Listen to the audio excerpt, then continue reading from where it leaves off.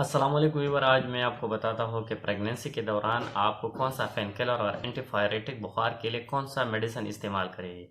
तो जब एक लड़की प्रेग्नेंट हो तो प्रेगनेंसी के साथ साथ इसमें जो दर्द है वो बहुत ज़्यादा होती है, स्पेशली लो बैक पेन तकरीबन 80% ख़वातीन में पाई जाती है। साथ भी सर के दर्द, हेडेक की दर्द बहुत कॉमन है।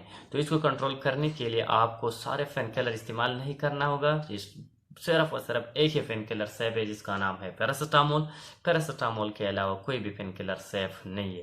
पैरासिटामोल मार्केट में मुख्तलिफ कंपनियों की ब्रांड्स की मुख्तलिफ नामों से आती है, जिसमें पेनाडॉल है, पेड्रॉल है, कालफॉल है और बहुत से ब्रांड अवेलेबल है। तो सेफ ड्रग ओनली पैरासिटामोल है, जो आपकी लो बैक पेन हो, सर की दर्द हो और साथ ही आप जब कॉमन कोल्ड हो, आपको जुकाम लगे हो, तो इसके लिए आप फेनाडॉल सेफ इस्तेमाल कर सकती है। इसके अलावा कोई भी अदर मेडिसिन इस्तेमाल नहीं करना होगा।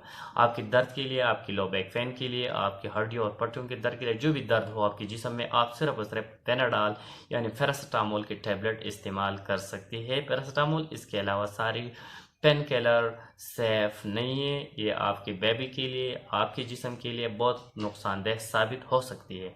तो और ये बात भी नोट की जाए कि पेन किलर ओनली टैबलेट के फॉर्म में, जो फेनाडाल मैंने आपको बताया, और फेनाडाल यानी पैरासिटामोल आप टैबलेट की फॉर्म में यूज़ कर सकती है। इंजेक्शन बिल्कुल सेफ नहीं है। प्रेगनेंसी के दौरान आपको पैरासिटामोल इंजेक्शन भी नहीं लगा सकती, आप सिर्फ पैरासिटामोल टैबलेट इस्तेमाल कर सकती है। अगर इसकी साइड इफ़ेक्ट देखा जाए तो इसके इस्तेमाल से आपकी स्किन में रैशेस आ सकती है, स्टमक ऑफसेट हो सकती है, साथ आपको नाज़िया और वॉमिटिंग भी पैदा हो सकती है।